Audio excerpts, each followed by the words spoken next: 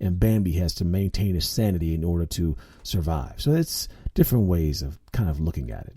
Thematically, I mean, you could talk about doing the right thing. I mean, he's trying to do right by his son's mother, and by himself, and he's trying to focus on getting himself a good job and becoming a writer. You could also kind of make the idea that, you know, the theme of this movie is hope. You know, it's pretty much all Bambi has at this point.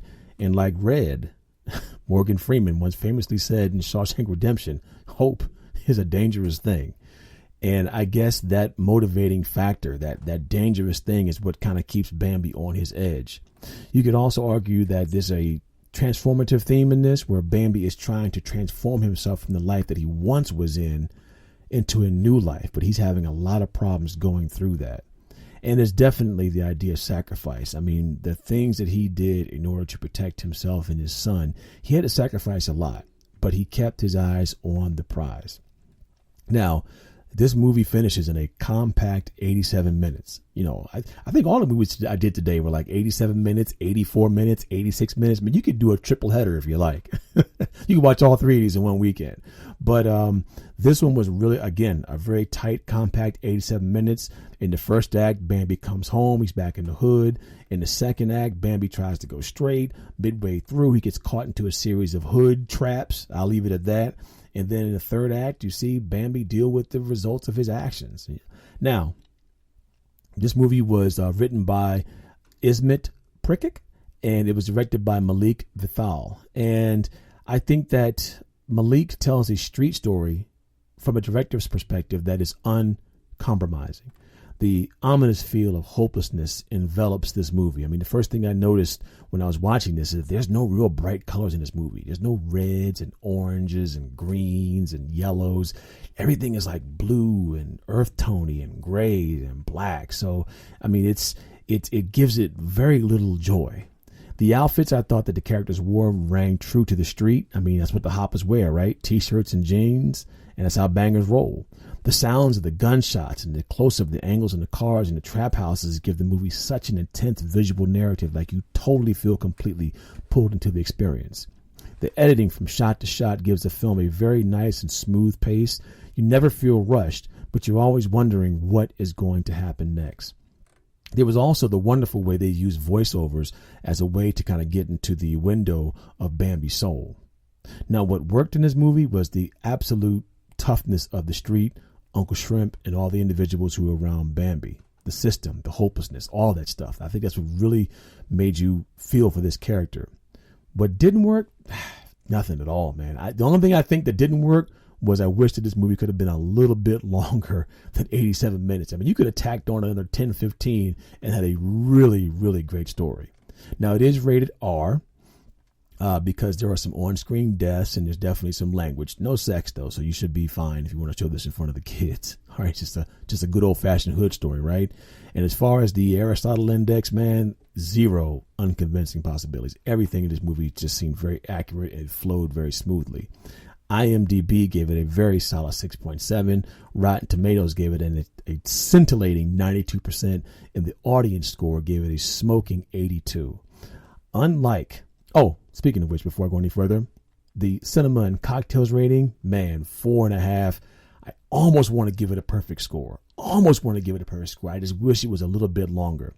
Because unlike any other gang or hood movies, man, this one was different.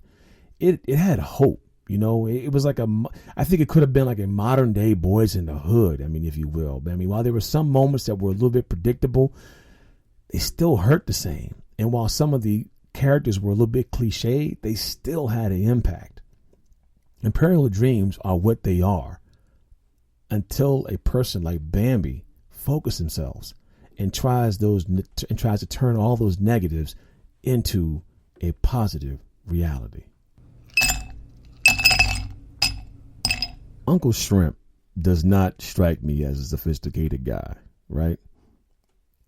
He strikes me as that kind of dude, like if he's having a party with some friends over and he's got like some extra alcohol and some stuff in his refrigerator and his cabinets, he just kind of throws it into a glass, and if it tastes good, he just makes more of it. Not knowing what he's doing, he's just making more of the same, right?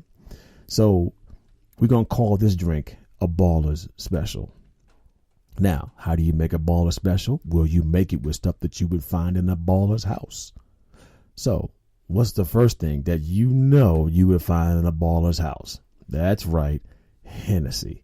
Hennessy VSOP or Hennessy, whatever iteration you want to come up with. But make sure you got some Hennessy or a cognac. I'm pretty sure you can probably get by with Remy Martin 1738 or VSOP or Grand Cru or any type of cognac. Y'all understand what I'm talking about, right? Right. Okay.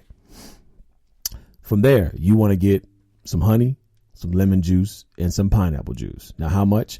You want to get like a 1/4 ounce of honey, maybe like a teaspoon, maybe 2. And you want to get like a 1/2 ounce of lemon juice, again, maybe another teaspoon or so. And then you want to get 1 ounce of pineapple juice. And then basically all you do is put all the ingredients into a shaker, or you can put it into a glass and roll it back and forth. And then you just kind of, stick a straw in and serve. Imperial Dreams has some tough moments.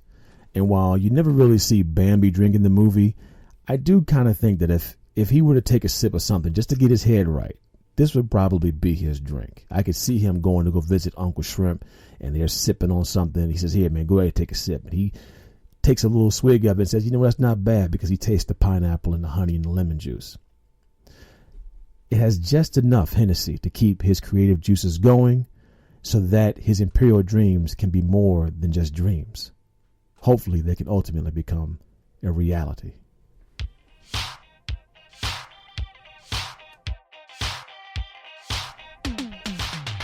Episode 15 is in the books. And I know, this was an interesting, eclectic selection of films this time around. You had a couple of kids being chased by a sheriff in a cop car. You had an interracial family moving across the country, and then you had a hood drama. I get it.